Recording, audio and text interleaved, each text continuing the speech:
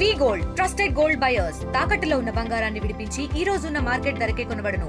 మరిన్ని వివరాలకు సంప్రదించండి 7710 సిఐ ఈవెంట్ ఇప్పటికే గ్రాండ్ సక్సెస్ అయింది. 10 లక్షల కోట్లు ఇన్వెస్ట్మెంట్ తీసుకురావాలన్న టీడీపీ కళ 13 లక్షల కోట్లు తీసుకొచ్చారు. ప్రస్తుతం మనతో పాటు ఎంపీ కేసీఆర్ చిన్న ఉన్నారు, ఆయనతో మాట్లాడదాం.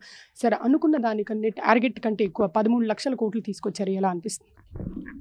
నిజంగా చంద్రబాబు నాయుడు గారి కష్టం, నారా లోకేష్ గారి యొక్క కష్టం, ఈ రెండిట్ల వల్ల సిఐఐ అని సదస్సు అనుకున్న దానికన్నా బ్రహ్మాండమైన రీతిలో 13,68,000 కోట్ల పెట్టుబడులు ఆంధ్రప్రదేశ్ రాష్ట్రానికి వస్తుంది.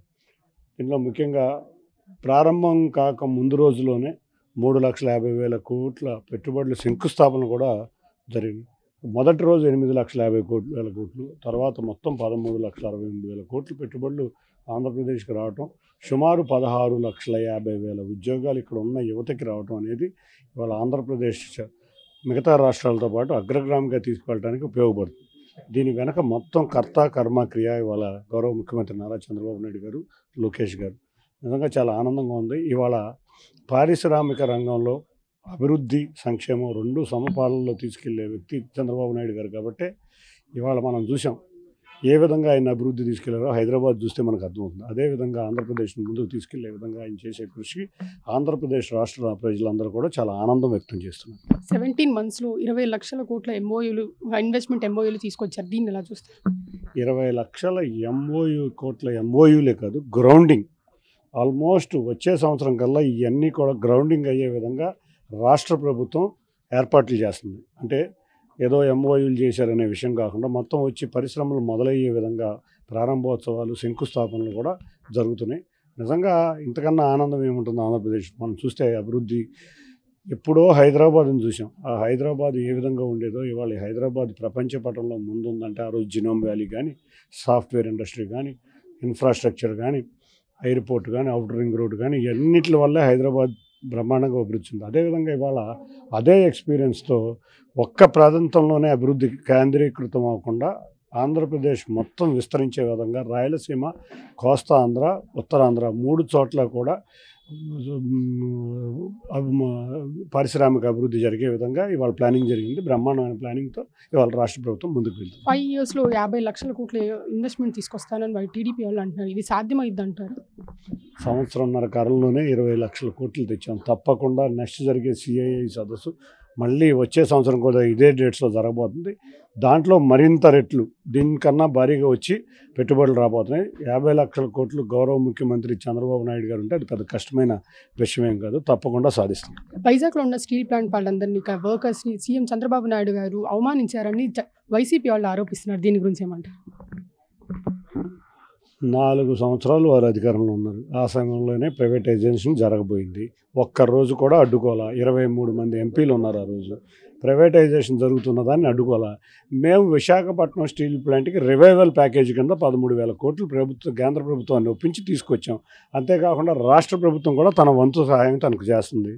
ఏ రోజు మాట్లాడిన ఇవాళ గుంటనక్కలన్నీ రోడ్డు మీదకి వచ్చినాయి. ఎందుకంటే ఇవాళ వైజాగ్ స్టీల్ ప్లాంట్లో కార్మికులు మళ్ళీ వైజాగ్ స్టీల్ ప్లాంట్ రివైవ్ అవ్వటం ఈ యొక్క సైకోలకి అర్థం అవసరం లేదు కాబట్టి రకరకాల దొంగ ప్రచారాలు చేస్తున్నాయి. మేము విశాఖపట్నం స్టీల్ ప్లాంట్కి రివైవల్ ప్యాకేజ్ తెచ్చింది గౌరవ ముఖ్యమంత్రి నారా చంద్రబాబు నాయుడు గారు, గౌరవ నరేంద్ర మోడీ గారి సహకారంతో తీసుకొచ్చాం. దేశంలో ఎక్కడా లేని విధంగా ఇవాళ ఒక ప్లాంట్ను రివైవల్ ప్యాకేజ్ అనేది కేంద్ర ప్రభుత్వం ఇవ్వటం మొట్టమొదటిసారి జరిగింది. అంతకుముందు జరిగాయి కానీ ఎన్డీఏ గవర్నమెంట్ వచ్చినాక రివైవల్ ప్యాకేజ్ ఎక్కడ జరగలా. మేమే రివైవల్ ప్యాకేజ్ తీసుకొచ్చాం.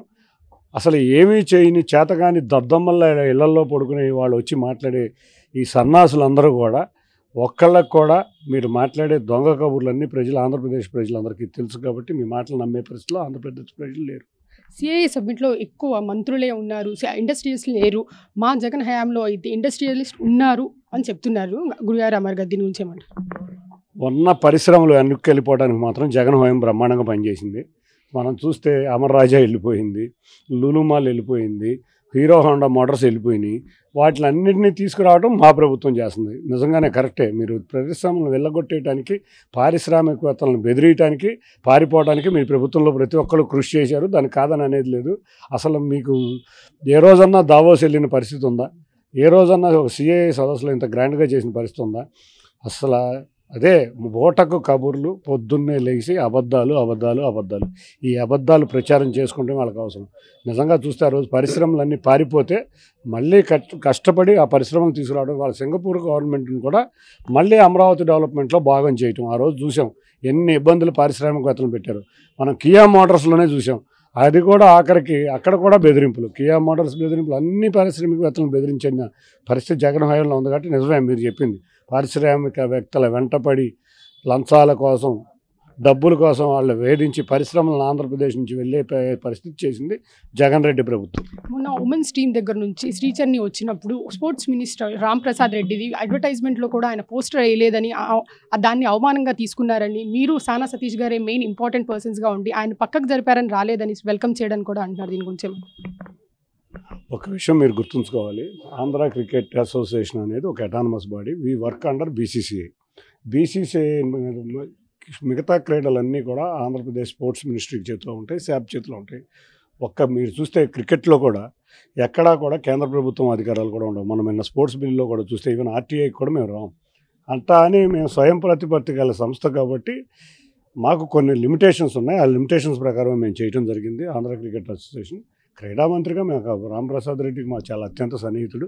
ప్లస్ రాంప్రసాద్ రెడ్డి గారి చేతుల మీదుగానే మన ఏపీఎల్ కూడా ఓపెన్ చేద్దామని అనుకున్నాం. ఆ రోజు ఆయన సమయభారంలో మేము బీసీసీఐ నామ్స్లోనే ఆ అడ్వర్టైజ్మెంట్ వేయటం జరిగింది. మీ టీడీపీ ఎమ్మెల్యే కొలికిపూడి శ్రీనివాసరావు గారి మధ్య మీకు ఇష్యూ సాల్వ్ అయిందా? అసలు మీరు డిసిప్లినరీ కమిటీతో ఏం మాట్లాడారు? అసలు అంతా అధిష్టానం చూసుకుంటుంది.